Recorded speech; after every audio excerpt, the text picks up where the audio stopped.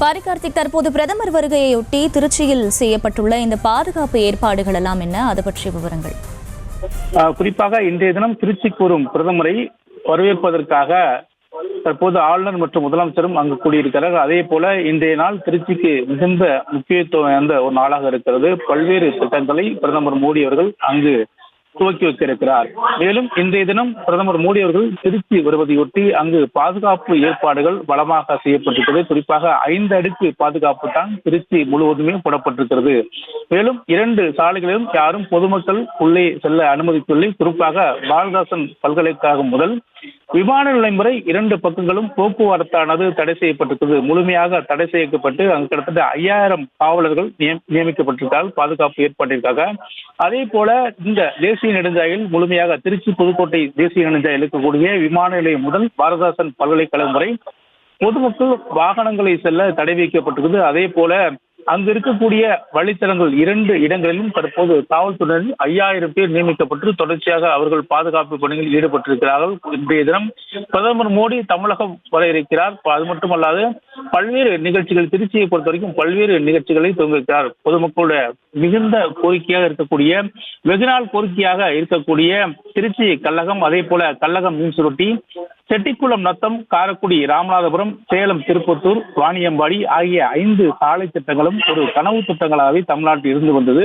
அது மட்டுமல்லாது பொதுமக்களுடைய பல நாள் கோரிக்கை, கிட்டத்தட்ட 20 வருடங்களாக கோரிக்கை வைக்கிறார்கள். அதன் அடிப்படையிலே தற்போது இந்த திட்டங்களை பிரதமர் அவர்கள் துவங்கி வைக்கிறார்கள். மேலும் காமராஜ் துறைமுகத்தில் இருக்கக்கூடிய புது சரக்கு கப்பல் தங்குமணம் 2ஐயும் தற்போது மோடி அவர்கள் நாட்டுக்கு அர்ப்பணிக்கிறார். மேலும் 9000 கோடி ரூபாய் மதிப்பீட்டில் பெட்ரோலியம் இயற்கை எரிவாயு திட்டங்களையும் தொடங்கி வைப்பதுடன் புதிய திட்டங்களுக்கும் அடிக்கல் நாட்டுகிறார். திருச்சி விமான நிலையத்தை பொறுத்த வரைக்கும் தமிழகத்தில் மிகுந்த முக்கியத்துவம் வாய்ந்த ஒரு விமான நிலையமாக இருக்கிறது. தென் தமிழக மக்கள் அதிகமாக பயன்படுத்தக்கூடிய ஒரு விமான நிலையம்.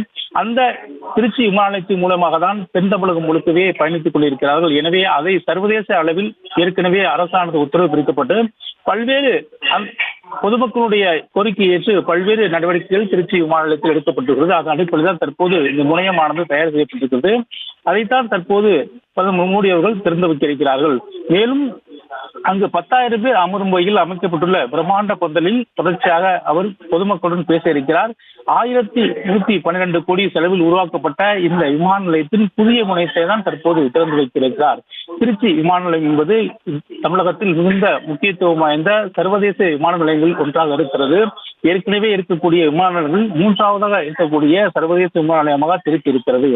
அதிக மக்கள் பயன்படுத்தக்கூடிய தேசிய அளவில் 20வது இடத்தையும் திருச்சி விமான நிலையம் ஏற்கனவே பெற்றிருக்கிறது குறிப்பிடத்தக்கது. குறிப்பாக தென் தமிழக மக்கள் அதிக அளவில் தொடர்ச்சியாக பயன்படுத்திக் கொண்டிருக்கிறார்கள்.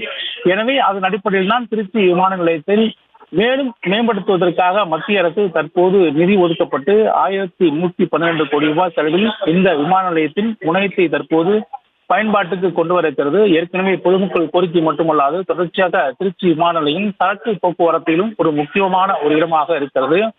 தமிழகத்தில் சரக்கு போக்குவரத்தில் சென்னைக்கு அடுத்தபடியாக மிகப்பெரிய ஒரு பிரம்மாண்டமான சரக்கு போக்குவரத்தை கொண்டிருக்கக்கூடிய திருச்சி விமான நிலையம் அதிக அளவில் பயன்படுத்தக்கூடிய ஒரு விமான நிலையமாக இருக்கிறது.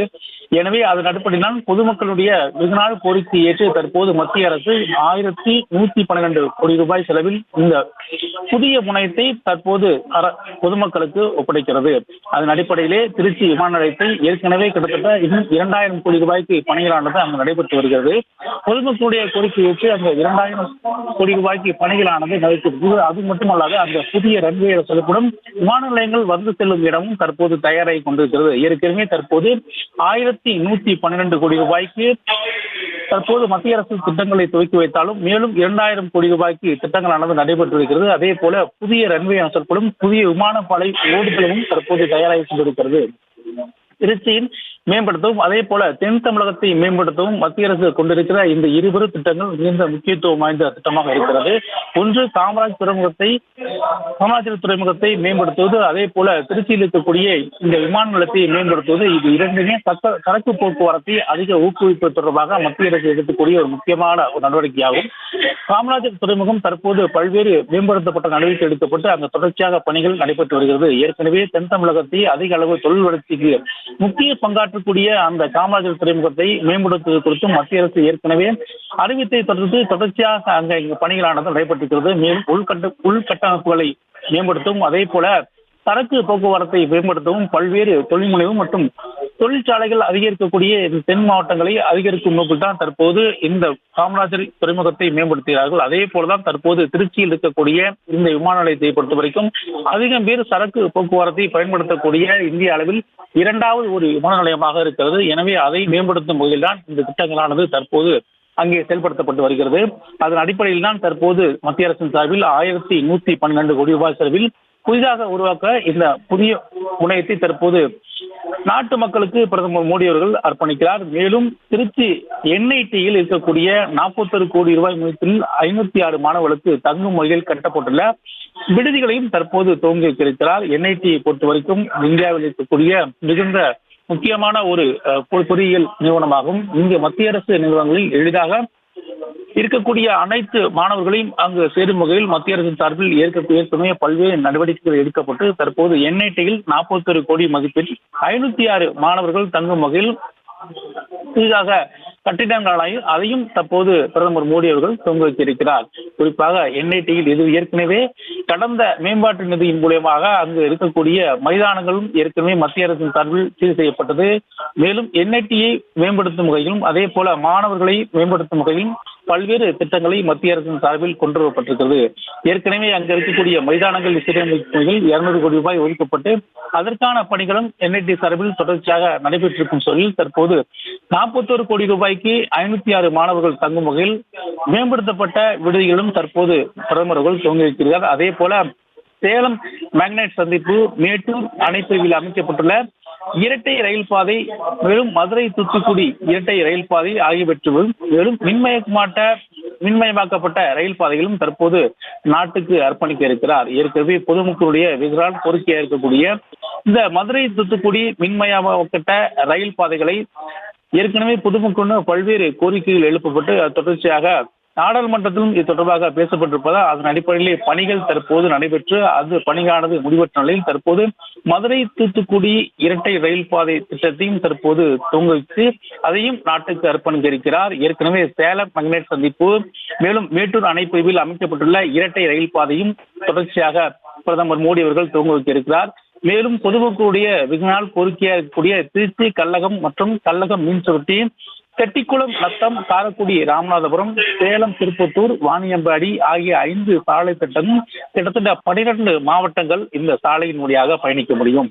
திருச்சி கல்லகம் அதே போல கல்லகம் மீன்சுருட்டி கடலூர் இருக்கக்கூடிய மீன்சுருட்டி அதே போல செட்டிக்குளம் நத்தம் மேலும் காரைக்குடி ராமநாதபுரம் சேலம் திருப்பத்தூர் வாணியம்பாடி என 5 சாலை திட்டங்கள் மூலியமாக 12 மாவட்டங்களும் தொடர்ச்சியாக தேசிய சாலையாக அங்கீகரிக்கப்பட்டு அதன் மூலம் பொதுமக்களுடைய பயன்பாட்டுக்கு இருக்கும். எனவே அதன் அடிப்படையிலே அந்த திட்டத்தையும் தற்போது துவங்கி வைக்கிறார். இதன் அடிப்படையிலே இந்த திருச்சி கல்லகம் மீன்சுருட்டி செட்டிக்குளம் காரைக்குடி ராமநாதபுரம் திருப்பத்தூர் வாணியம்பாடி ஆகியவை முழுக்க தொழிற்சாலைகளை மேம்படுத்தும் வகையே இந்த சாலை திட்டங்கள் தற்போது துவங்கி இருக்கிறது. ஏற்கனவே இருக்கக்கூடிய சாலைகளை ஒரே சாலைகளாக ஒரே நேர்கோட்டில் கொண்டு வரப்பட்டு அதற்கான முயற்சிகளும் தற்போது முன்னெடுக்கப்பட்டுதான் தற்போது இந்த திட்டமானது துவங்கி இருக்கிறது. ஏற்கனவே பொதுமக்களுடைய நீண்டகால கோரிக்கை அதே போல தொழில் வளத்தை பேணி காக்கும் வகையில் காமராஜர் துறைமுகத்தை தொடர்ச்சியாக மத்திய அரசின் சார்பில் பல்வேறு திட்டங்களானது கொண்டு வரப்பட்டிருக்கிறது. மேலும் 9000 கோடி ரூபாய் மதிப்புள்ள பெட்ரோல் இயற்கை மற்றும் எரிவாயு திட்டங்களையும் தற்போது துவங்கி வைத்திருக்கிறார். காமராஜ் துறைமுகத்தை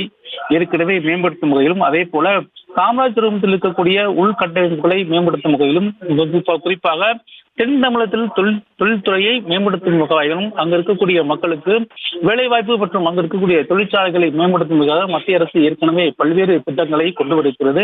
அதன் அடிப்படையில் தான் தற்போது இந்த காமராஜர் துறைமுகத்தை பொது சரக்கு கப்பல் மற்றும் தங்குமிடமையும் தற்போது பிரதமர் மோடி அவர்கள் தங்க வைத்திருக்கிறார். ஏற்கனவே இருக்கக்கூடிய காமராஜ் துறைமுகத்தில் 200 கோடி ரூபாய்க்கு மேம்படுத்தப்பட்ட திட்டம் என்ற அடிப்படையில் பல்வேறு கட்ட நடவடிக்கைகள் நடைபெற்று வருகிறது. மேலும் அங்கு இருக்கக்கூடிய சரக்கு போக்குவரத்தை மேம்படுத்தும் வகையில் குறிப்பாக காமராஜ் துறைமுகத்தை மேம்படுத்தினால் தென் தமிழகம் கிட்டத்தட்ட அனைத்து வகையிலும் முன்னேற்றத்துக்கான ஒரு அடிப்படையாக விளங்கும். அதன் அடிப்படையிலே தொழில்துறை மற்றும் வேலைவாய்ப்புகளை ஊக்குவிப்பதாக தொடர்ச்சியாக தற்போது இருக்கக்கூடிய காமராஜ் துறைமுகத்தையும் அங்கு இருக்கக்கூடிய தொழிற்சாலைகளை மேம்படுத்தும் வகையில சரக்கு முனையத்தை செய்திகளை உடனுக்குடனும் துல்லியமாகவும் தெரிந்து கொள்ள சப்ஸ்கிரைப் பண்ணுங்க.